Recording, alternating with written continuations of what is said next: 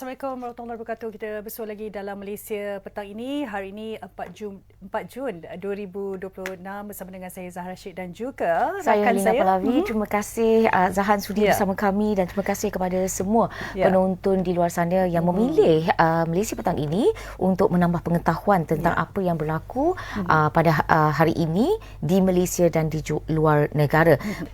Dan untuk itu kita nak bercerita tentang nuklear pelengkap masa depan tenaga bersama tetamu di talian Zoom pada ketika ini Dr. Muhammad Abdullah Rahmat, Pensyarakanan Kolej Kejuruteraan Universiti Tenaga Nasional. Assalamualaikum Dr. Muhammad Abdullah. Assalamualaikum Doktor. Waalaikumsalam warahmatullahi wabarakatuh. Okey, Doktor, kalau kita lihat tenaga solar itu adalah satu tenaga yang bersih, boleh baharu juga. Namun tidak mencukupi untuk menampung keperluan tenaga negara. Okey, dan dalam konteks ini mengapa tenaga nuklear masih dianggap relevan dan perlu diberi perhatian? Okay, so a very good opening question. So untuk nak kita kata relevancy of nuclear power dalam especially untuk mencepatkan agenda tenaga baru dan transition into a greener technology, nuclear seem to be a very good alternative because dalam transition dalam transition tenaga di Malaysia ada juga idea untuk kita keluarkan coal daripada penjanaan kuasa negara. So apabila kita keluarkan coal daripada kita punya energy mix basically, akan terdapat vacuum yang sangat besar kerana currently coal adalah 38% majority of kita punya energy generation mode. Hence apabila kita keluarkan coal daripada kita punya generation mix, there will be a need untuk an energy source yang stabil, yang very efficient dan juga very energy abundant. So nuclear membawa beberapa benefit di mana because of the energy density of the fuel sources, fuel prices fluctuations tidak mengefek harga electricity sangat. Saya tak cakap tak efek terus, tapi however because the energy density is so much, apabila kita masukkan dalam reaktor dan kita operate for a long time, the fluctuations in the prices of fuel is usually not really that visible sangat over the lifespan of the nuclear power reactor, which is usually around 60 to 80 years. So bila kita tengok in terms of longevity pun, 60 to 80 years kalau kita dah membangunkan satu logik tenaga kuasa clear, we are set for the next 40 to 60 with the possibility of extension ke 80 tahun yang agak solid. Okey.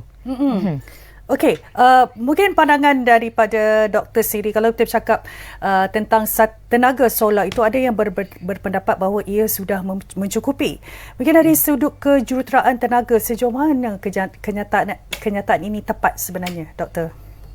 Okay, so I am by no means an expert in solar technology. However, we can all see, semua boleh nampak bahawa perkembangan solar technology dalam penjana kuasa telah has achieved heaps and bounds. Memang dah expand by a lot back in the as compared to back in the day lah. However, in terms of sufficiency ataupun tidak, that is still subjective, alright? Because at the end of the day, we need to look at our demand and supply. So in terms of technology maturity, I may not be the best person to say. However, apabila kita nak tengok in terms of mencukupi atau tidak, the question berbalik kepada the idea of energy security.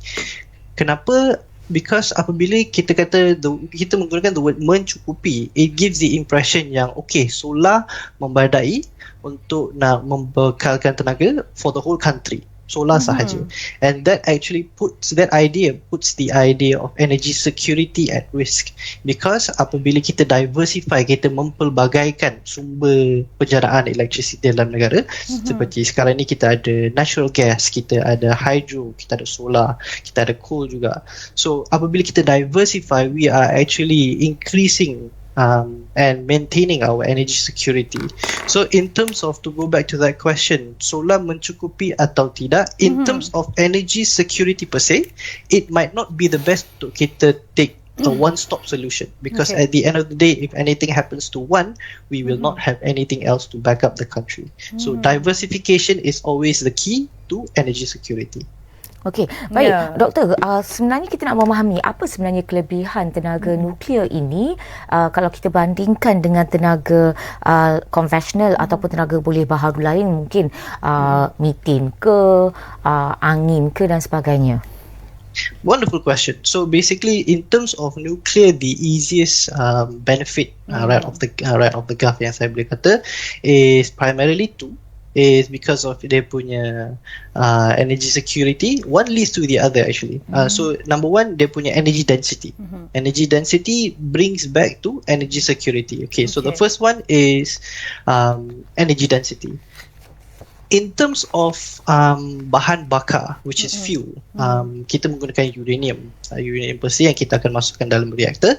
So untuk nak memberi gambaran kepada how dense in energy a nuclear fuel is, one can of Coke, tin can Coca-Cola biasa tu, of nuclear fuel memberi tenaga sebanyak by thousands, actually by the factor of thousands as compared to coal. In term ni kilo so let me rephrase that. In terms of volume, 1 kilogram of uranium fuel memberi tenaga yang sama dengan beribuan kilogram of coal. So maknanya doktor, satu can tu bersamaan dengan berapa kalau contohlah kalau kita isi kereta minyak kan, berapa banyak kereta ke apa ke, a simple punya. Okay, sure, boleh, tak ada masalah. So saya guna metrik yang lagi simple sikit lah. 1 kilo uranium fuel bersamaan dengan the energy equivalent sama dengan ratusan ribu kilo of arang batu. Tenaga dia sama. Ini adalah anggaran lah, tapi anggaran dia sebanyak itu. So kita bayangkan 1 kilogram of uranium fuel tu, which is macam besar kat ni je, volume tenaga dia sama juga dengan bertrela-trela of arang batu. Wow. Beribuan kilogram. Itu benefit yang paling besar nuklear membawa kepada energy generation. Okey, faham. Doktor, kalau kita bercakap tentang masyarakat kita ni sebenarnya selalu ada benda dia takut ataupun takut dengan adanya pengetahuan ataupun di sebaliknya. Tapi dalam hal ini mungkin kita nak sentuh sikit tentang ketakutan masyarakat, terutamanya yang melibatkan keselamatan. Jadi sejauh mana mungkin teknologi nuklear moden pada hari ini, doktor, mampu mengurangkan risiko tersebut untuk tidak lagi ada perasaan takut atau merasakan tergugat sesuatu aspek keselamatan itu sendiri, doktor? Okay, so I like the word that you used just now, the word modern, right there, because in terms of the journey of evolution, perkembangan teknologi nuklear dalam penjana kuasa, dah bertahun-tahun lah kita improve with every incident. Let's not kita transparent. Macam insiden seperti Chernobyl, seperti Fukushima, those are disastrous events, and they did a lot of damage. Tetapi with every passing incident, with every passing year, penambahbaikan telah dibuat, bukan sahaja di satu reaktor tetapi di semua reaktor secara keseluruhan. Contoh yang paling baik yang saya boleh bagi adalah apabila insiden Fukushima di Jepun. Fukushima? Insiden tu teruskan. Insiden tu berlaku, dan telah menyebabkan seluruh the whole global fleet of nuclear membuat perbaikan, which introduces the idea of kita sekarang ni ada reaktor Gen 3, kita buat generation 1 reactor, dan generation 2, generation 3. Because that Fukushima incident, kita melahirkan generation baru, which is generation 3 plus. So dengan setiap iteration of the technology, it becomes safer and safer. The easiest metric yang boleh saya bagi untuk nak menyelahkan keselamatan nuklear is basically dari segi, ada study yang telah mengemukakan bahawa bagi setiap 1 juta kilowatt hour of energy generated by coal, petrol, natural gas, nuklear, hydro dan banyak-banyaknya. Nuklear telah mendapat nombor yang sangat rendah dari segi insiden yang berlaku setiap 1 billion of kilowatt energy. So that actually proves the safety of the nuclear industry nowadays. Okey, dan Doktor, kita punya sasaran adalah 70% TBB itu menjelang 2050. Namun kita ada keterbatasan sumber, faktor geografi, okey. Dan apa yang sebenarnya perlu kita persediakan supaya proses untuk kita capai matlamat ini berjalan dengan lebih baik? Okay, so primarily I will say ada dua yang paling besar sekali. Number one is the dedication of the country, and this dedication usually comes in the form of a policy. Alright, so apabila the government or the country commits to something, you create a policy and you stick to it. So dengan creation of this policy and this mission yang kita dah set from the beginning, it actually stirs the direction towards the development of nuclear power in this country to a very good direction. Seperti kita tahu, Malaysia telah cuba membawa masuk tenaga nuklear before this, I think for the past 20 years kita dah mencuba tetapi gagal. Ini merupakan kali ketiga. So that being said, with this third attempt, policy has been made. However, things are still moving in the right direction, so we must commit to it per se. And number two is usually memang apabila kita nak membangunkan something, the human capital must be there, the human resource must be there. So the development of local Malaysian talents untuk nak menyambut teknologi ni apabila dah tiba masanya is definitely needed. Currently kita ada dua institute yang mengemukakan pengajaran secara formal in terms of degree and masters and PhD courses, which is UKM and UTM. Currently UNITAN is following suit dalam introduce our masters course in nuclear power engineering dan juga degree juga in the future, in the next year insyaAllah. Doktor, kalau kita dengar daripada penjelasan doktor tu sebenarnya dia ada penerangan itu dia berbunyi agak teknikal. Mungkin dalam bahasa layman kalau doktor boleh mudahkan sedikit kita membuat satu rumusan bahawa bagaimana mungkin nuklear ini berperanan untuk menjadi pelengkap masa depan tenaga. Apakah mungkin langkah-langkah yang telah diambil oleh kerajaan Malaysia sendiri ataupun langkah-langkah seterusnya dalam usaha untuk mencapai yang tadi saya sebutkan melibatkan masa depan tenaga itu sendiri, Doktor. Thank you for the catch for the technical side. I have a bad habit of that. Thank you. Okay, so to boil it down simply, untuk nak senang kata, currently Malaysia telah membuat beberapa policy yang bergerak terhadap pengambilan dan memasukkan tenaga nuklear ke dalam GenMix ataupun Energy Profile Malaysia.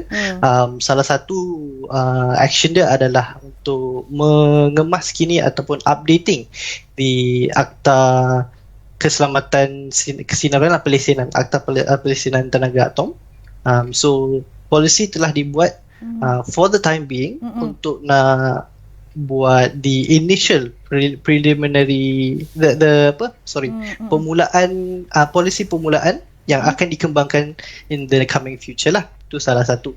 Nombor dua juga kita boleh nampak seperti event yang ETCon yang telah ditunjukkan tadi adalah salah satu peranan yang kita telah mengemukakan untuk nak introduce this idea kepada the public, because at the end of the day apabila kita tengok pasal nuklear, public adalah salah satu isu yang paling besar, because bukan mengatakan isu orang tapi isu of the lack of engagement, the lack of knowledge exchange. So itu adalah faktor yang paling besar yang menyebabkan that rasa ketakutan. In the past few months, actually in the past few years, kita boleh nampak banyak event-event yang telah mengemukakan idea tenaga nuklear diimplementasikan di Malaysia kepada rakyat untuk nak untuk mengadakan satu dialog bersama rakyat supaya kita boleh kita faham dia orang punya concern dan kita boleh address concern tersebut. Okey, baik Doktor. Kalau kita tengok UAE misalnya, dia bangunkan teknologi itu very dalam tempoh yang sangat singkat, apa yang boleh kita belajar daripada UAE tu supaya kita pun laju sikit? Okay, so that's a very good question actually. So betul, UAE, the project for UAE was very very fast in terms of nuclear industry, sangatlah laju. Number one, of course, resources diorang besar. Diorang punya capital is very big. It's a very wealthy country.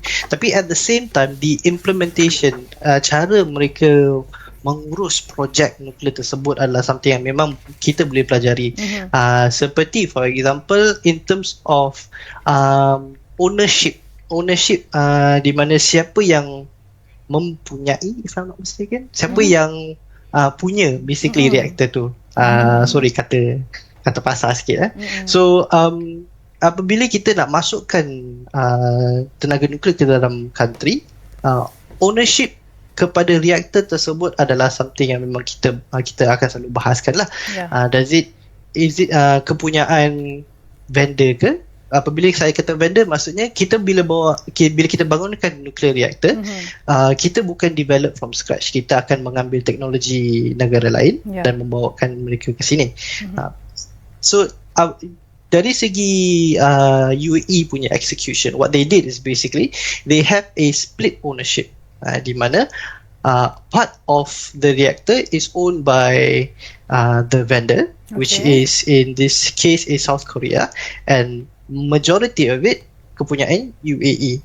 So apabila diorang menggunakan skema ini dalam in terms of ownership, ia memberikan gambaran yang sangat komprehensif, and in terms of operation and reliability and accountability, terjatuh kepada dua pihak. So walaupun negara asing yang membawa teknologi tersebut, mereka juga bertanggungjawab untuk nak memastikan reaktor tersebut berjalan dengan lancar dan juga selamat.